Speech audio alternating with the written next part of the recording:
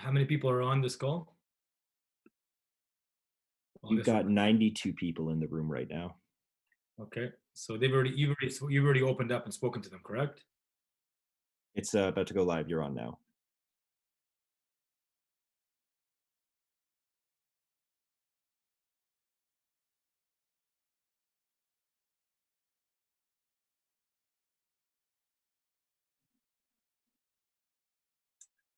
I'll look to Shane. Let me know when to start. We are live. Okay, so welcome everybody. Thank you for joining today. So Abdullah Snowbar, I'm the executive director for the DMZ. Um, just to kind of kick right into it, so COVID-19 has obviously become a global problem This meeting is being recorded. that requires a lot of international and global solutions that could be made, hopefully here in Canada. And that's really why we created Hack the Curve Challenge, which is a call to action that's hopefully going to galvanize Canada's tech community. Many of them shifting their everyday business, retooling, as they're saying, in pursuit of hopes to bring this crisis to an end, or again to flatten the curve as much as possible in the short run. So it's been amazing to actually see the community come together around this initiative, and the businesses that have been partnering with us to help your innovation come to the next level and come to life in many respects. So the Hack the Curve Challenge is looking to fund one company with the best COVID-19 solution after a 2-week kind of program with $10,000 in cash prizes and over $70,000 of exclusive business perks. We have had over 100 teams apply for this as part of the competition, and the applications actually range from companies who have been around for a year or so to teams that are just really getting started and getting right off the ground right now with just an idea. So it's amazing to see the range and the diversity of people who are coming to the forefront. And I think one of the really neat solutions here as well is that our access to government that we can actually leverage back to this competition, the people that are getting in, the winner in particular, hopefully will have greater and faster access to government channels than they usually would. So we will be hosting virtual mentor office hours part of this competition. We're going to be having workshops, and we're going to be having a demo day to support the applications in the program to make sure that you're getting the most amount of value, but also exposure as possible. Um, uh, uh, the great thing for this hackathon in particular is the fact that we're looking for all types of solutions that include but are not limited to crisis management tools, support for those that are affected by the pandemic, solutions for healthcare improvements and business continuity. Also looking at just in general practice what consumers need or what people, the general public would look for in a technology platform that would support their everyday life moving forward. So I think we can all appreciate the fact that this is an unprecedented time. It's unusual for all of us. There's a lot of new normals that we're trying to really come across as a population, as a country, as you know, as the world kind of swallows this and understands what it means. But we appreciate all of your efforts and your time, and really, taking the effort of trying to solve for this pandemic, and we thank you for that. Whether you win, whether you lose, whether you're not able to kind of get it to go to life, it doesn't matter. What really matters at the end of the day here is the fact that you have put your time and resources and efforts to really think about the pandemic and hopefully avoid, in many cases, what would become a much worse situation for people and for livelihoods and for survival. So thank you again. The competition winners will be determined during our virtual demo day. That's the afternoon of April 23rd. So thank you again all for joining this competition and being part of something very special. We hope to find something that's going to be valuable, not only for Toronto, Ontario, and Canada, but hopefully for the world. So without further ado, I will pass it on to Dom from Ripple to take it from here. So thank you very much.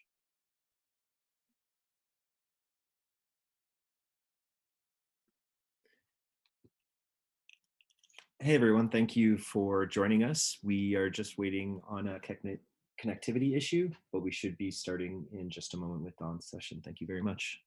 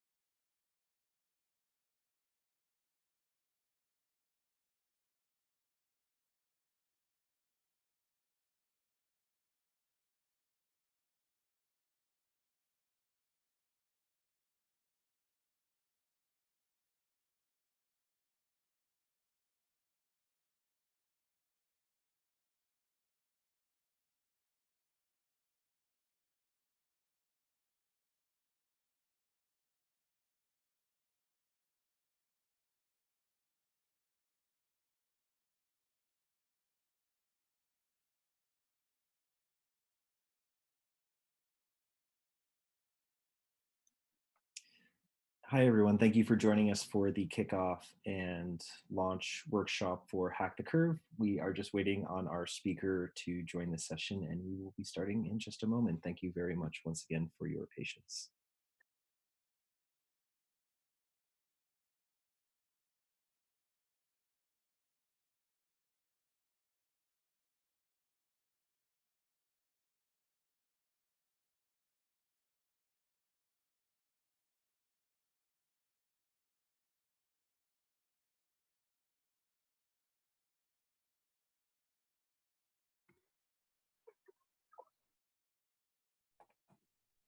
Hello. Hey, Dom. It's great to have you here. This is Shane from the DMZ. We are just going to get your screen shared on our channel very shortly, and Okay. we will have you live in front of our audience. So once again, thank you so much for coming back to do this session.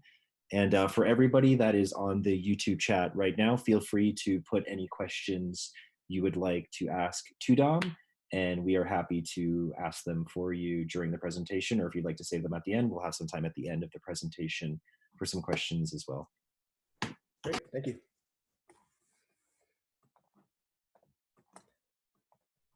So I don't think I have the ability to share my screen in the Zoom.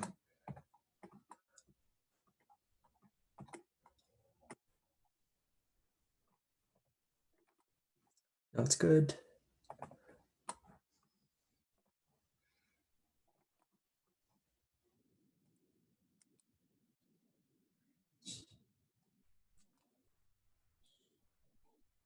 So can everyone see this?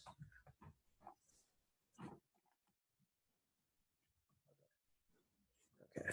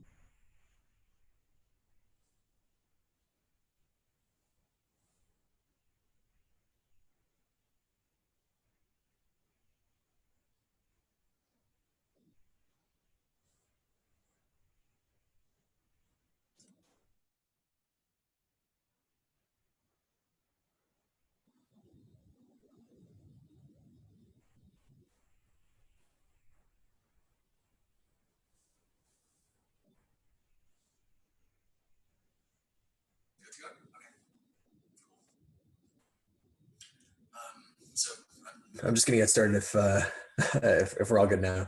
And then like last time, just let me know if there's any mic problems again, because I've been having some mic problems lately. So yeah, no, thank you so much for the DMZ for having me run this workshop.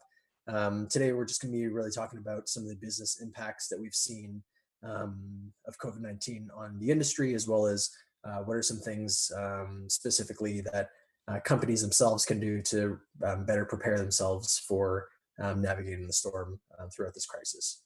So I'm Dominic. I'm an associate at Ripple Ventures. We're an early stage venture fund based out of Toronto, focusing on B2B software companies.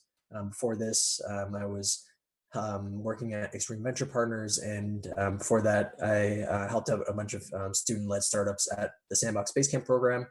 And in my past life as well, I was a public accountant. So kind of helped out a bunch of early stage startups over the times. And really interesting to see how the industry is kind of shaping up now, as well as what are some things founders can do and companies can do to figure out what can mitigate some of these problems that are arising. So we're going to be talking about what's going on in the world? What are some kind of business implications on this technology and startup ecosystem? Why this matters to kind of you or any founder and owner of a business. What are some things people can do to plan ahead in order to mitigate some of the risks of this crisis? And then we'll also open it up to some Q&A afterward. So what the hell's going on? Coronavirus has been impacting everyone's daily lives, from the way that we go out and interact with people, or the lack thereof, to the way that global supply chains are hindered, and all the way to the way that we consume things. The consumer spending shift has changed tremendously in our ability to even go out to restaurants, our ability to kind of go out there and spend on leisure activities. So like no one's going to like bowling alleys and stuff like that right now. And a lot of the kind of free time and money that we're spending in the economy is basically at home and for essential stuff like food, water, shelter, all that kind of stuff. And it's augmented like a lot of our daily routines. Most people now have kind of been working from home, and that's kind of changed the business environment a lot, just because it's tougher to get deals across the line without ever meeting people, or it's hard to have a real relationship with your customers if you're reaching out to them for the first time and they're putting out their own fires and they don't really know who you are and what you're talking about, and they don't really want to kind of do business with anyone new right now. So there's a lot of different changes that we've seen from a business perspective, which has led to a high level of uncertainty on how long this is going to go for, as well as how large the impact is going to be over a longer period of time. So the data that we pulled was just under a month ago, in the middle of March. Then it was 215,000 cases confirmed. I think now we're just around like 1.5 million. So the biggest takeaway from this slide is that it's not just the business impact; it's also a huge human impact and a huge toll on people's well-being. And this really showcases the exponential curve that people were talking about in the early days, and not to take this lightly as a linear case of growth, but more so an exponential case of growth, where if you don't plateau it, it's just going to keep growing and keep growing. So hopefully we can all do our parts to stay home and stay safe, and make sure that we can all contribute to flattening the curve. So it's really great that the DMZ put this together to try to hack the curve in some ways to reduce the growth rate and help hopefully decline it, so we can mitigate some of the impacts and also get back to our daily lives faster. And from a kind of business environment, it's important to look at where we've gone to before where we are today, which is an 11-year bull run. So what that means is that the market has been on an upturn and has been increasing for over a decade. The only other time this has ever happened was right after World War II, when there was a huge bull run as well. But ever since the last financial crisis, we've been really in the good times, and people have been kind of calling the recession, quote unquote, for a long time now. And no one has foreseen a global pandemic to be the reason for the markets to tank like this. So it's been great so far over the past decade, but now we're kind of hitting a reality of, hey, now that there's a lot of uncertainty, what's going to happen?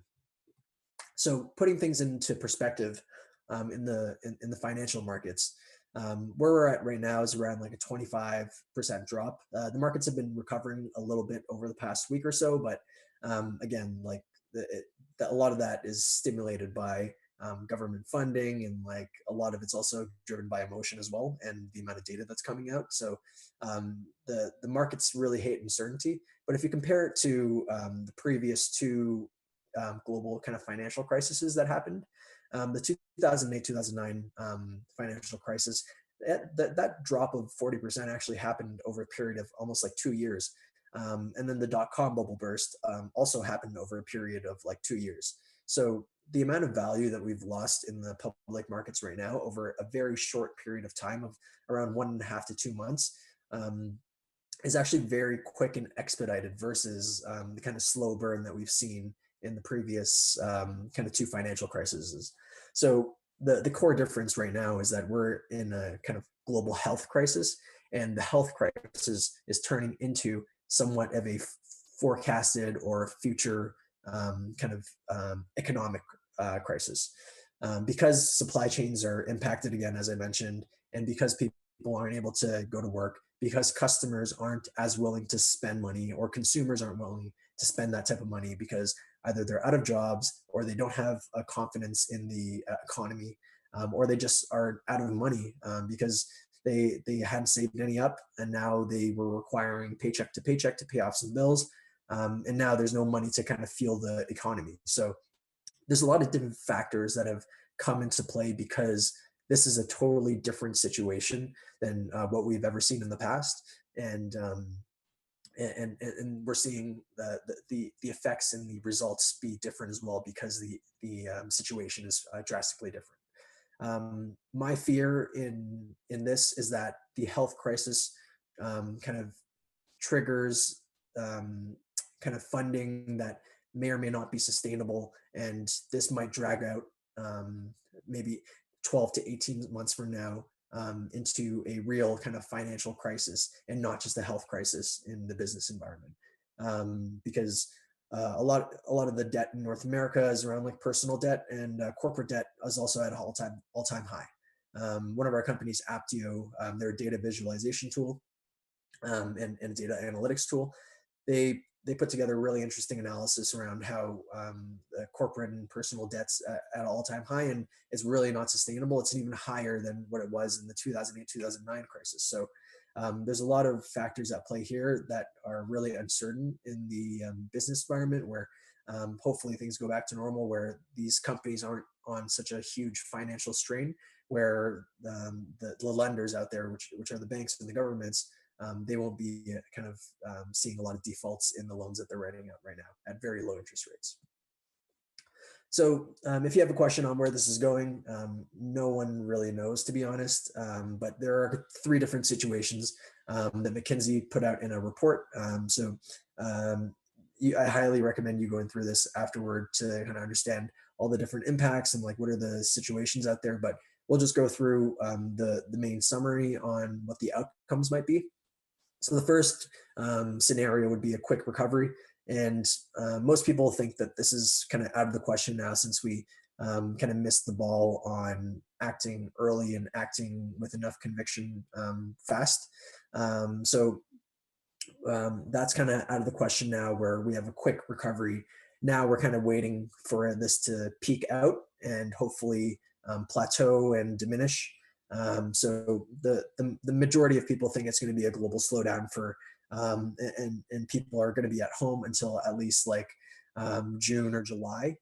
Most offices are shut down until then, or kind of playing it by ear.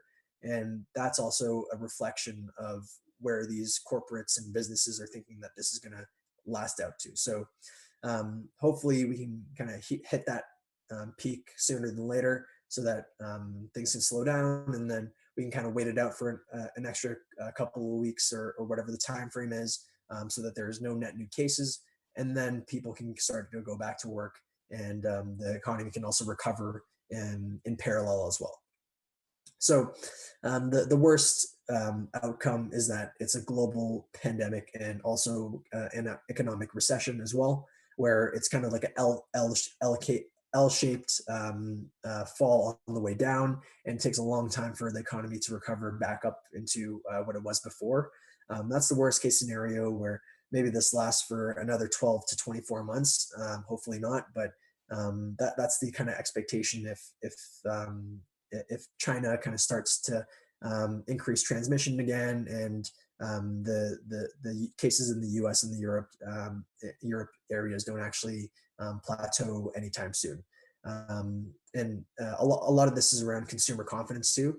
Majority of GDP in the U.S. is actually driven by consumer spending. So if that decreases for a prolonged period of time, that has a significant impact on the economy and what businesses are going to be kind of facing in terms of putting out fires. So why does this matter to us? Why does it matter to business leaders? Why does it matter to startup founders? There's kind of a huge trickle-down effect on how this impacts customers. So as I mentioned earlier, a lot of the customers that people and businesses might be going after, they're definitely going to be fighting their own fights on cost reduction, value creation, and they're going to be optimizing for keeping the business alive. Anything else is not going to be valued in this current time. So anything that you want to be solving for these customers has to be mission critical. It has to be important to them to keep the business going and alive.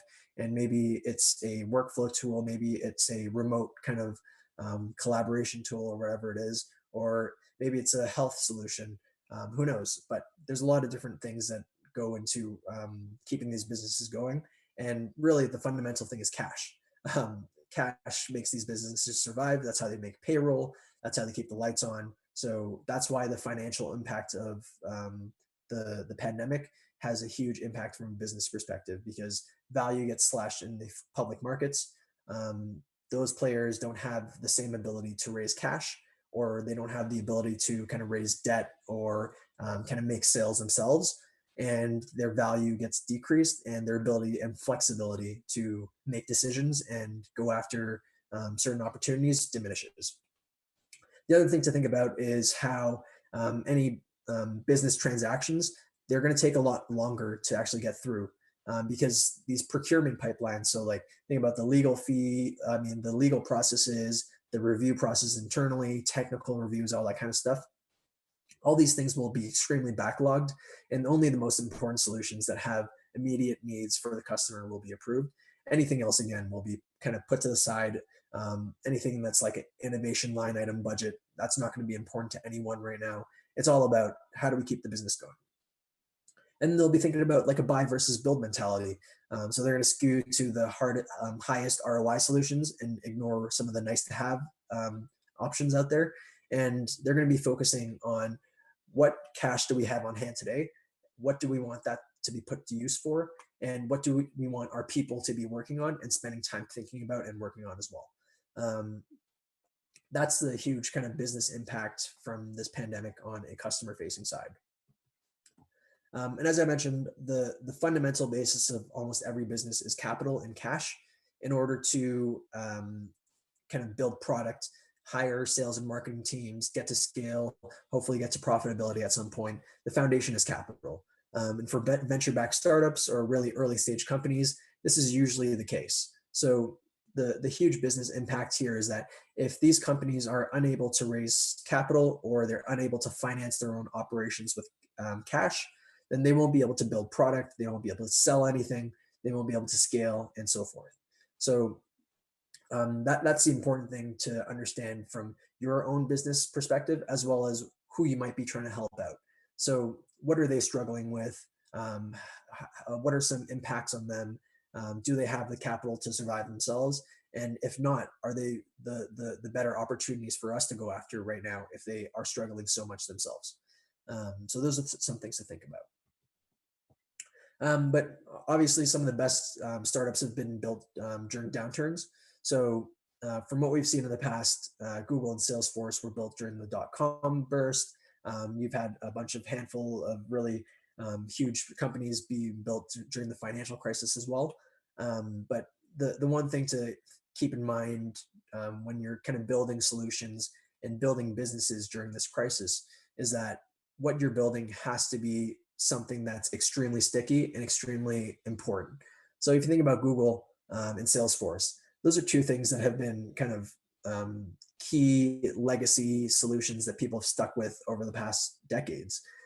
Search, advertisement, keeping a place for all of your customers at the same place and kind of managing them, and keeping like your cloud servers and like all your files together. Like all these things are kind of core to actually running a business, which is why they've been so successful over the past decades. So when you're thinking about creating solutions and creating things in this environment, it's important to also understand, like, is this just a short-term opportunity right now?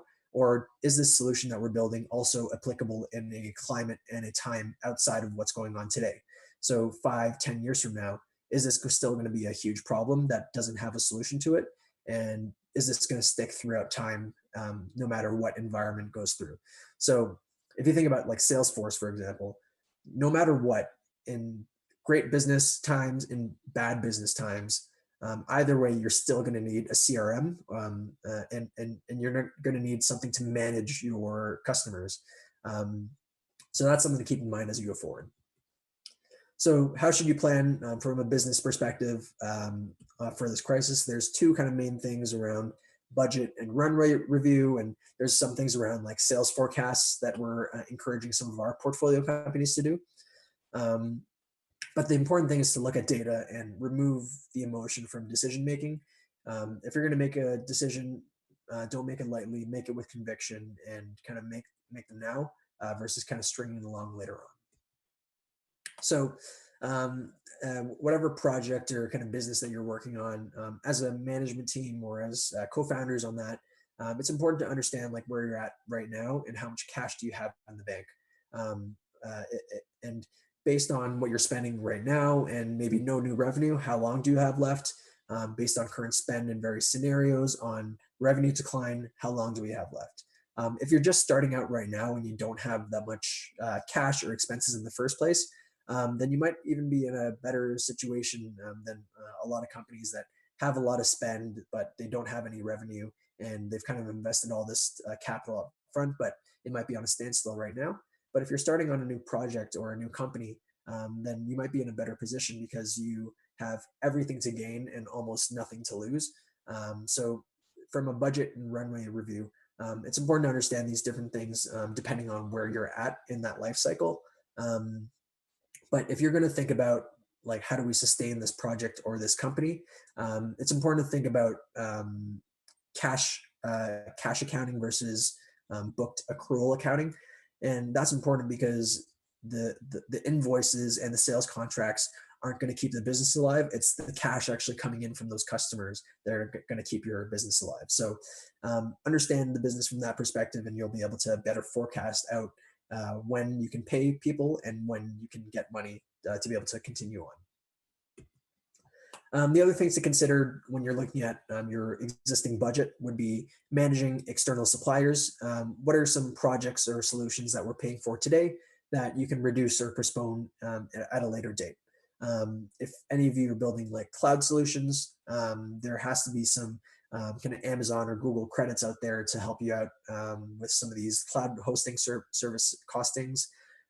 If you're kind of paying salaries right now, what can you achieve today with less? Or maybe is there a way that there's a worst case financial situation that will make us do layoffs? Other things are around working hours and team salaries. Those are some things you can kind of change as a lever where you reduce working hours. Some companies are doing that already at professional services firms, and some around like team salaries at earlier stage startups or even later stage companies or huge conglomerate companies like Marriott. Some of the management team salaries are being cut there as well to support flexibility and cash for the business to survive throughout this crisis. In terms of sales forecasts, there's a couple things that we suggest where you can play out a couple different scenarios. So the good, bad, the ugly, to understand how the funnel performs in the next year. You can try adding a couple of quarters or months to your sales cycle. So what that means is instead of being able to close a customer in 6 months, we close it in 9 months, and maybe there's a reduction in close rate. So if before we could close 4 out of 10, maybe we close 2 out of 10 now, based on these projections that last maybe 12 to 18 months. Is the business still in shape and existing and alive?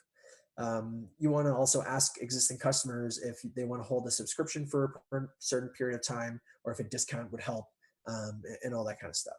And in terms of understanding the opportunities in your sales funnel, it's important to know and prioritize what is going to come into fruition at a higher visibility versus longer term opportunities that may or may not actually come to realization.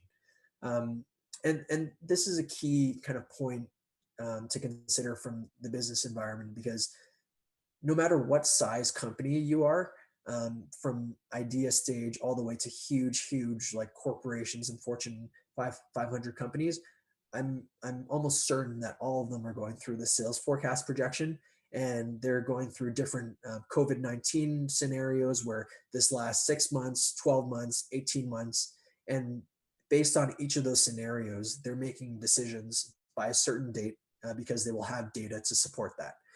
Um, and whoever you're talking to, it's important to be empathetic as well to what their situation is, and also what decisions they might have to make. So if you're trying to sell like 100 licenses to something, to a customer that might not even have 100 people in that team a month from now, that's just something to keep in mind from a sales forecasting perspective, to have some empathy as well as some kind of knowledge in what they might feel like in their shoes when they're assessing solutions to buy. So that kind of wraps it up in terms of a high level presentation on what the business impacts of this pandemic might be, and what we've seen so far. But I'll end off with a quick quote that came out really early by a superintendent in a US school that I found on Twitter that really stuck with me. So in the end, it'll be impossible to know if we overreacted or did too much, but it'll be quite apparent if we underreacted or did too little. So the moral of the story for anyone running a business today is that if you're going to make a decision, make it quick, make it with data, and overreact. And then if it turned out to be too big of a decision later on, and things get better, then you can always kind of make adjustments to compensate for that. But if you don't make a rash enough and data-driven decision right now on what might the impact of the business might be later on, then you don't really have that much leeway to actually go back in time and make adjustments. So it's better to kind of have a little bit of wiggle room later on. So that kind of wraps up the presentation, and I'll open it up to any questions, but thank you so much. All right, great. Well, thank you so much, Dom, for the presentation. We really appreciate you coming back to facilitate it. Yeah. As I asked the YouTube live audience, if you have any questions that you would like to ask for Dom, now is your opportunity to do so. But to kick things off, Dom, a question for you from me is, what have you and the rest of the Ripple team kind of noticed in terms of trends and where the world is going? If you were to think, when this crisis might be resolved, do you think it's going to be out of the three kind of graphs that you showed, quick and easy, medium term, or long term? Yeah. So I'm no specialist in in any of this, but I think the general sentiment from what we've seen in the news and like what most businesses are kind of voicing to their own employees. So from that information, it's probably going to be a medium term type of impact. Like there's some people and information out there saying that it might be two different waves. So might die down over the summer and might come back in the fall, but at the end of the day, like no one knows. Some trends, obviously, like there's been a lot of solutions that have been funded recently around remote work and like collaboration tools. There's a Toronto-based company recently. I forget what it's called, but it was like a VPN business that got funded. So that's a kind of infrastructure level thing to empower like work from home, which is really interesting because I know VPNs have been a huge problem for a lot of people who are using them for work right now. And then the other one is around virtual care. That's been a huge trend as of late, where a lot of these businesses are doing well, and a lot of them are doing getting a lot of funding. But I think that's going to be a huge monumental shift, even outside of this crisis, after people and organizations adopt this type of technology and they realize that it's a much better solution than what is out there today for some of the less major health problems. So yeah, that's about it from what we've seen. Got it. Thank you. And so from your end then, there's been a lot of talk around how, valuations with startups have started to get a little bit out of hand. You're seeing a lot of scenarios where companies have fundraised quite a bit of money and then not able to kind of show the actual revenue Yeah. after the growth. The kind of revenue beyond everything is now starting to change. So how do you think COVID and this pandemic is going to change how investors specifically look at and evaluate companies today, and specifically earlier stage companies? Yeah. Yeah. So the bar is definitely going to be much higher. Even for us, our bar is higher than it was before in terms of assessing new businesses. In terms of valuation, that's something that is directly tied to the financial markets. So because these technology companies and almost every company has been kind of slashed in value over the past month and a half or so, their valuation multiples have also crunched. So I think it was sitting around like 9 to 10 times before this all happened, and then now it's sitting around like 6 to 7 times. And if this keeps going, it'll hit 5 to 6 times. So from that top-down pressure of how the financial markets and capital markets are valuing these tech companies, that'll push down into the private markets as well, for especially later stage companies. And for earlier stage companies, it's not, um, uh, I can't speak for all the kind of investors out there, but I assume that it's not going to be enough to just have an idea and have a mock-up of a product anymore. People are not going to have the appetite to invest in that type of risk. I think investors are going to look for finished products in market. You have some data around users or customers, and those will be the startups that will get funded, versus kind of stuck in private beta testing and hasn't been able to launch in market yet. I suspect that to be the change in the types of businesses and the risk appetite for investors. Got you. And so, given this change in risk appetite, given this change in, how you're evaluating companies, is there any particular interest that Ripple itself is focusing in on right now, whether it's, specifically with healthcare to help frontline workers, to help kind of the consumers, Yeah. or do you see more of your kind of effort and resources be put behind helping to support the kind of SMEs who might be struggling right now? Yeah, so we are B2B software investors, so we typically don't invest in consumer companies or hardware or anything like that. So that rules out a lot of like the consumer and even like biotech and life sciences businesses that are being worked on today. But in terms of what we're looking for, it hasn't changed, but it still stays the same from what we were looking for before the crisis, which is we love tools that are focused around workflow automation, around data and analytics platforms, collaboration tools. So a lot of these things that we were looking before are still going to be the businesses that are going to be needed in today's environment, especially with the huge push for cost cutting. So anything that automates workflows, let it be for healthcare organizations or another type of business, we're not looking specifically, as we're more so a generalist fund. Okay, got it. Thank you. And so this next question might be someone trying to find a solution for the Hack the Curve Yeah. competition. But based on what you've seen, the conversations you're having with your portfolio companies and other companies, are there any issues or topics that seem to be reoccurring that keep coming up from these founders or from these businesses that you're surprised someone hasn't started to develop a solution or have a solution to help, alleviate some of those pains that people are facing now? It's a good question. Um, Nothing really comes to mind right now, but like I could talk about some of the things that founders in general are all thinking through right now.